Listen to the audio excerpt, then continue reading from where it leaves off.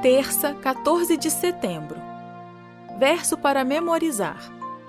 Deus disse a Jonas: E você não acha que eu deveria ter muito mais compaixão da grande cidade de Nínive, em que há mais de 120.000 pessoas que não sabem distinguir entre a mão direita e a mão esquerda e também muitos animais? Jonas 4:11. Missão cumprida. Comparada a qualquer cidade em Israel, Nínive era enorme. Ora, Nínive era uma cidade muito importante diante de Deus. Eram necessários 3 dias para percorrê-la. Ouça Jonas 3, 1 a 10. A palavra do Senhor veio a Jonas pela segunda vez, dizendo: Levante-se, vá à grande cidade de Nínive e pregue contra ela a mensagem que eu lhe darei.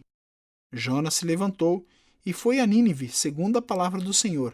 Ora, Nínive era uma cidade muito importante diante de Deus. Eram necessários 3 dias para percorrê-la.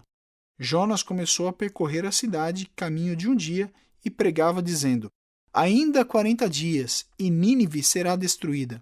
Os ninivitas creram em Deus, proclamaram um jejum e vestiram roupa feita de pano de saco desde o maior até o menor. Quando esta notícia chegou ao rei de Nínive, ele se levantou do seu trono, tirou os trajes reais, cobriu-se de pano de saco e sentou-se sobre cinzas. E mandou proclamar e divulgar em Nínive o seguinte: Por mandado do rei e dos seus nobres, ninguém, nem mesmo os animais, bois e ovelhas, pode comer coisa alguma. Não lhes deem pasto, nem deixem que bebam água.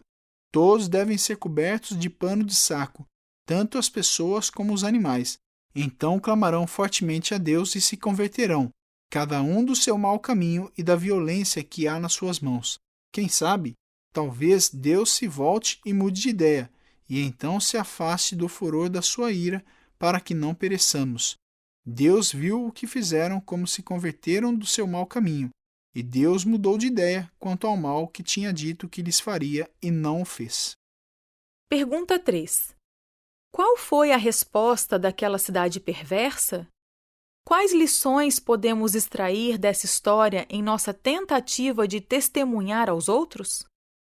Enquanto caminhava pela cidade, Jonas proclamou a mensagem de Deus.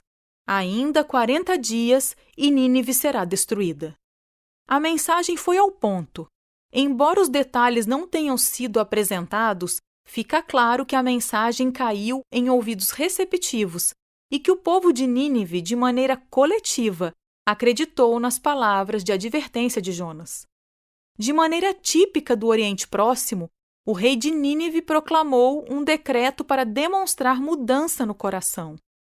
Todos, inclusive os animais, precisariam jejuar e lamentar. O rei desceu de seu trono e sentou-se sobre cinzas, um ato simbólico muito importante. Ouça Jonas 3, 6 a 9.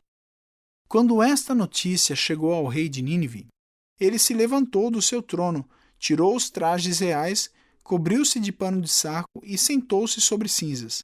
E mandou proclamar e divulgar em Nínive o seguinte: Por mandado do rei e dos seus nobres, ninguém, nem mesmo os animais, bois e ovelhas, pode comer coisa alguma. Não lhes deem pasto, nem deixem que bebam água. Todos devem ser cobertos de pano de saco, tanto as pessoas como os animais. Então clamarão fortemente a Deus e se converterão, cada um do seu mau caminho e da violência que há nas suas mãos. Quem sabe, talvez Deus se volte e mude de ideia, e então se afaste do furor da sua ira, para que não pereçamos. Jeremias 25, 5. Quando eles diziam: Convertam-se agora, cada um de vocês, do seu mau caminho e da maldade das suas ações, e vocês habitarão na terra que o Senhor deu a vocês e aos seus pais desde os tempos antigos e para sempre. Ezequiel 14, 6. Portanto, diga à casa de Israel: Assim diz o Senhor Deus: Convertam-se e afastem-se dos seus ídolos, desviem o resto de todas as suas abominações. Apocalipse 2, 5. Lembre-se, pois, de onde você caiu. Arrependa-se e volte à prática das primeiras obras. Se você não se arrepender, virei até você e tirarei o seu candelabro do lugar dele. Pergunta 4. Quais elementos estavam envolvidos no discurso do rei que mostra sua compreensão do verdadeiro arrependimento? O sermão foi curto, direto ao ponto, mas repleto de teologia correta sobre o arrependimento. Enquanto Jonas pregava, o Espírito Santo trabalhava no coração dos ninivitas. Os ninivitas não haviam tido o privilégio dos israelitas de vivenciar todas as histórias da terna condução de Deus, e ainda assim, eles responderam de maneira positiva. Disseram, com efeito, que nos lancemos na misericórdia do Senhor, não em nossas próprias realizações.